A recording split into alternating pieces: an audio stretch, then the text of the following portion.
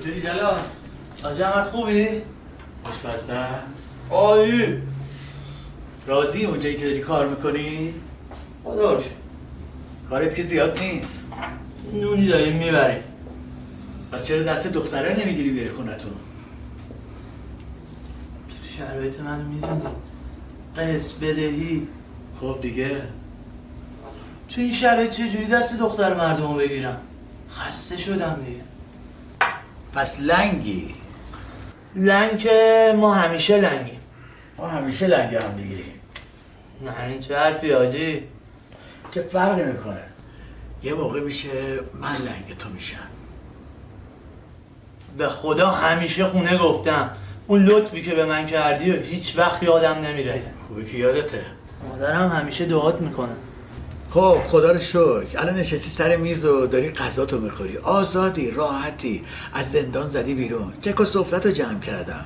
بالاخره تو هم یه جوری فامیل منی، باید بالاخره سر سامونت میدادم. آره لطف کردی احمد آقا، من معرفت تو هیچ وقت یادم نمیره. پس حالا دیگه وقت جبرانشه. فردا یه آدرس بهت میدم، بری اونجا. یه خر خوشتکابه باحال اونجاست. امامزاده داوود؟ اونجایی که بهت میگم جاش امنه، باید اونجا بری. میخوای سوارشی؟ نه، خرکشی میکنی، میری خراره پوست میکنی، خورد میکنی، سر مخفی، قاتل ناپیدا میچپونی توی یخچالی که اونجا داری کار میکنی. شوخی داری میکنی؟ مگه من با تو شوخی دارم؟ یعنی چی؟ یعنی همین، واقعیش با من. میذاری غذای گلوم بره پایینا جمعت؟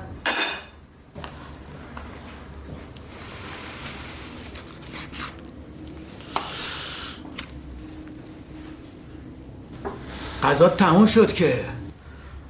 مگه تو مدیون من نیستی؟ تو کل عمرت یه چیزی ازت خواستم، اونم حالا داری بازی در میاری؟ من صدا کردی اینا رو به من بگی؟ جدا از اون قضیه یه باکس مشروبم هست، آدرسش بهت میدم. پا میشی میری اونجا، اونم برمیداری میری میچپونی گوشه یخچالش، قشنگ گوشه ها جاسازش میکنی. یه سری نون و خرت و پرت میذاری جلوش. گوشت خرارم که بیخس کردی از دم، راسته و فیله و غیره و هر چی رو بیخس کردی اونم بسته بندی میکنی عین گوشت گوساله، اونم میذاری کنار دستش، این ور اون ور میچینی. حالیت شد؟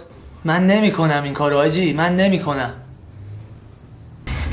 حالا یه کاری واسط میکنم ببینم میکنی یا نمیکنی. فعلا علل حساب یه 20 تومن میریزم به حساب شماره کارتتو واسم بفرست.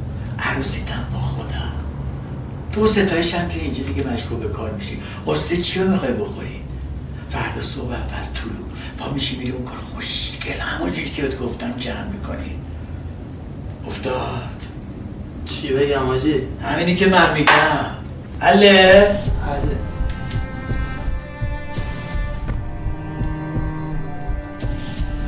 الو، سلام، خسته نباشی. بازرسی رو محبت میکنی؟